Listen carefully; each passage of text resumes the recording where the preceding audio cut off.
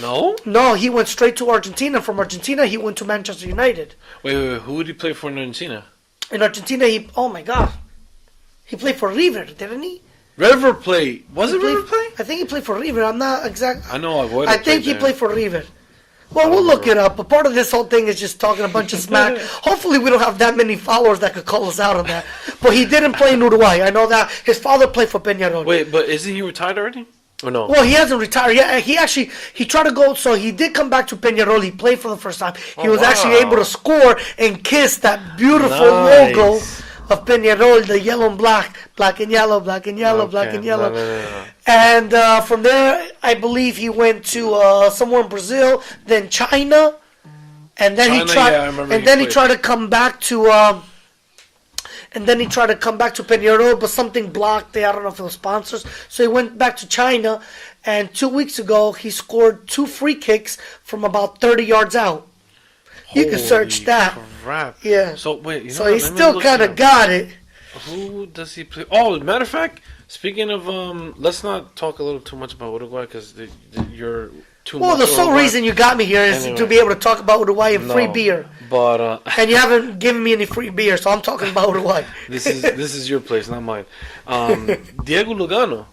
Diego Lugano retired. He retired, yeah. Now what's he doing in Sao Paulo? I can't remember. Well, he played for Sao Paulo. Yeah, he retired from Sao Paulo. Yeah. He's doing a bunch of stuff. He's giving back to.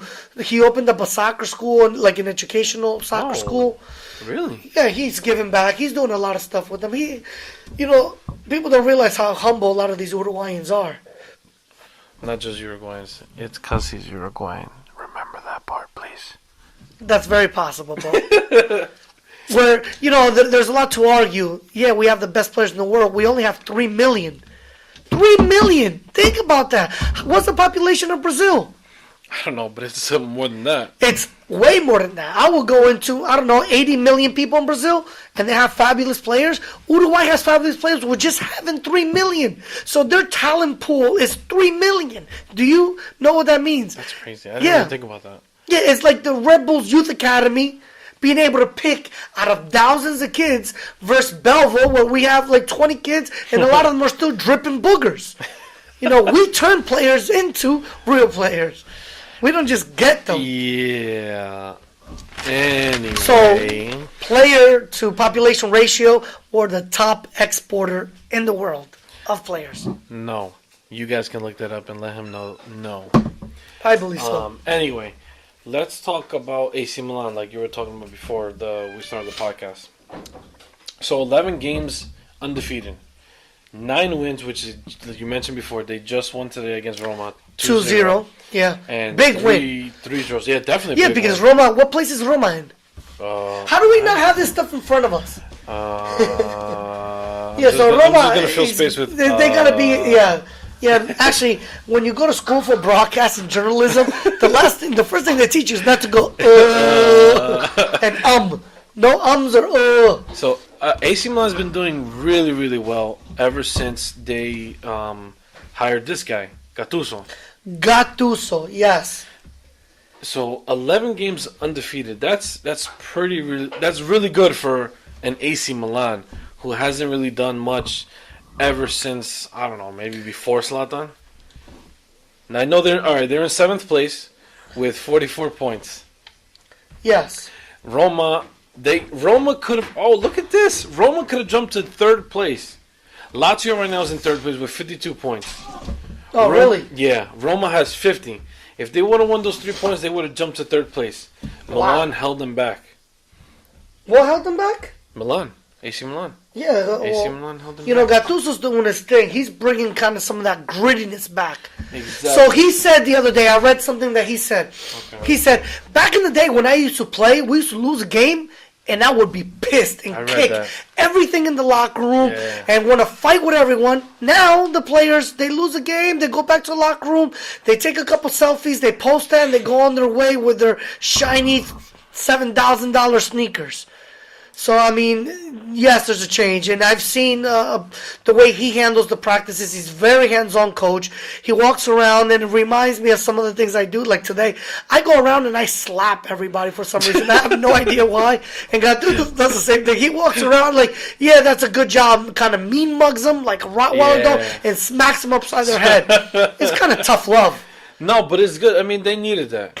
They really need that. I mean, with all these other coaches that they've been having, like Clarence Seedorf. I think everybody's just trying to be too politically correct these days, and no one's down to like getting just gritty. What do you mean by politically correct? You can't do shit anymore. You have to be nice and neat and wear a freaking suit, and you can't say certain things to players because they might go crying and it might affect their self-esteem and they won't be able to score or they can't defend properly. You got to be careful what you say because then the players get pissy and then they want to leave because there's no loyalty either anymore. So they get pissy. Oh, I don't like the coach. He said that he didn't like my red Ferrari sneakers, so I'm leaving. Call my agent. Get me out of here. So, I mean, he's getting back. He's like, you know what? You want to leave? Get the fuck out. I'm going to slap you upside your head after you score a goal, tell you, good job, now shut the hell up and get back out there and do it again. So I like that grittiness. I like that attitude. He's bringing that back. You know, there's something else. I remember after they won the World Cup, when was it? In 06? Yeah. So after they won the 06 World Cup, they played the previous Italian team winners, which was, I don't know when. I have no idea. So they played a bunch of old guys with that 2016 match. It's a friendly to raise money as a charity. Yeah. Gattuso sent like 2 guys to the hospital, and third guy had to leave the game. I'm like, and they asked him at the end of the game, what are you doing? These guys are like 15 to 20 years older than you. He goes, when I get out there and I play, I play. I don't differentiate. I go there and I do my thing and I play the same all the time. And that's a great lesson to learn because a lot of players, they go to practice and they mess around and they're having fun and that's all fun. But you have to practice the way you play, of course. No matter where you are. Yeah. I don't agree with him sending some legends to the hospital and breaking their legs and then talk crap like get up you baby to the 70-year-old guy that has to be wheeled off in a wheelbarrow. I don't agree with him. He is the definition of hashtag no fucks given. Like, that's literally him. That's perfect. That's Gattuso right there. Well, you remember when he was, where was he? He was somewhere in Scotland coaching. Oh. He was coaching. I don't remember what team it was. Yeah. He headbutted the other coach. I don't remember that. No, I remember him coaching in Scotland. I just don't. But yeah, he's doing a real good job in AC Milan. I mean, I personally thought he was going to be another one of those players that were just going to come in and think they can, run things. Like, for example, Clarence Seedorf. He went back to AC Milan. I love Clarence Seedorf. No, I love him too. As a player, fantastic.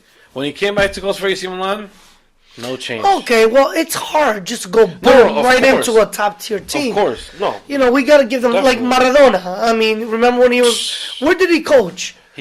Right now, I think he's now he's like in the Middle Eastern world. But where did he coach before he came to a big job? No way. You have to have some experience. It's like electing a president with no political background. Oh wait, we did that here too. I was just gonna say we have. We have that same exact problem. So there you go. There you see. Is he a good president? Obviously not. This is obviously opinion. But he comes from no political background and boom, he's the president of the United States. The quote-unquote, the greatest nation on the earth. Yeah. So how do you lead something like that with such a diverse melting pot of different people? And being the biggest bigot and racist there is. Sorry, I hope I don't lose any of his 4 followers on that comment. I doubt it. We're mostly Hispanic anyway. I think it's 6. I don't know if it's 4. I think it's 6. I just need to add that I do have my green card for the last 2 years, so they can't get me out. So hashtag FU Trump. Anyway, going back to AC Milan and Gattuso. Like I said, they're in 7th place with 44 points. They're in the semifinal against Lazio in the Coppa Italia. And they played the first game already, tied 0-0. Yeah. And now they're in the quarterfinals of the UEFA Europa League against Arsenal. All right, so AC Milan, they're in the quarterfinals, you said? In the quarterfinals against Arsenal In the Europa League. Oh yeah, in the UEFA. Yeah, okay. Yeah, in the Europa League. The UEFA Yeah, Europa. yeah. Well, they changed it. It's the Europa No, League. UEFA Europa League. UEL. Yeah, UEFA Europa League. Exactly. Yeah. This is for all the teams that don't make the Champions League. This way, exactly. we could give them something, but actually, it's actually very fun to watch. No, it is. It is. And it too bad really Sevilla's is Sevilla in the Champions League? They're in the Champions League. Yeah, Against too bad they're not Manchester in the Europa. This way they could win it again. And Atletico. That's Atletico. But Sevilla won it a bunch of times too. Did they? I don't remember. Yeah. I know Atletico won it like 3 times in a row. Like I think they were in the final school. 3 times and they won it 2 times. Oh really? Yeah. Okay. Well, I mean, I remember one of the last years that Forlan was with them. They won that, exactly. and then they won the Super Cup. With and Falcao was there too, right? Falcao was there. Diego Costa was there. Diego Costa was Kun there. Agüero was there. Not 4 of them at a time. Get out of here. Not Oblak, not Courtois. The other one, De Gea. De Gea was a goalie there. And actually, now saying all this, Atletico's always had the best goalies. Yeah, they had Arsenio, Courtois, Oblak, De Gea. They had all these great goalies coming out of there. And but they also had these great strikers too. Yeah, Diego the Costa, Forlan, Agüero, Fernando Torres. I mean, Griezmann. They have now. They have the French guy that's not doing too good, but I still like him. Gameiro, I like a lot too. Yeah, that's right. They have so many. Whoever their talent scout is should get a raise. They should. They should definitely get a raise. Or Manchester United should just buy him. Or Manchester United should buy him. Seriously. Or they should just bring Ferguson back. I think it's kind of like I think Justin Timberlake is gonna make a new song. Bring in Ferguson back. No, never mind. I won't try singing. Okay, since we're already talking in Spain, let's stick to in Real Madrid. Karim Benzema. Apparently he's going back home. Where he came from. Olympique Lyon. They're aware of the fact that Benzema is losing time. He's losing minutes on the field. Yeah, Zidane starts him and all that stuff, but he gets substituted within a snap because he just doesn't do anything. Like, for example, Real Madrid versus PSG. He was on. PSG, they scored a goal. They scored the first goal. Then Real Madrid, they came back a little later. But once they took Benzema off, what happened? 2 goals came in. Why? Because they took Benzema out. I think they put Asensio in, and they just had that going. So Lyon is aware that the fact that Benzema is losing a lot of minutes on the field, and they're interested in bringing him back. Well, I think, yes, that would be great for Benzema. You know, when you talk about the best number 9s in the world, or the best trio in the world, Benzema, I don't think is the first one that comes to mind, only because if you look at his goal scoring ratio, it's not really not that good. No. But he has changed his game. He does do a lot of stuff that other number 9s don't do, which is track back, win balls, put some passes in. He's not a true number 9. I don't think he's a true number 9 at all. No. I think he's a great player, and I can't believe he's actually stayed at Real Madrid as long as he has stayed. I think he has been an asset over the years. Yeah. But yeah, I think it's maybe time to go somewhere where he's going to go get more minutes, maybe be the lead guy somewhere. Especially with his experience. Yeah, I mean, look at who he's played with and who's coached him. Yeah, I think he definitely, if he went in, I bet you he'd be leading goal scorer. Yeah, of course, definitely. Second after Cavani or any other Uruguayan in that league. Well, let's say he goes, oh no, but Lyon is in France. Yeah, Falcao's another Atletico Madrid player.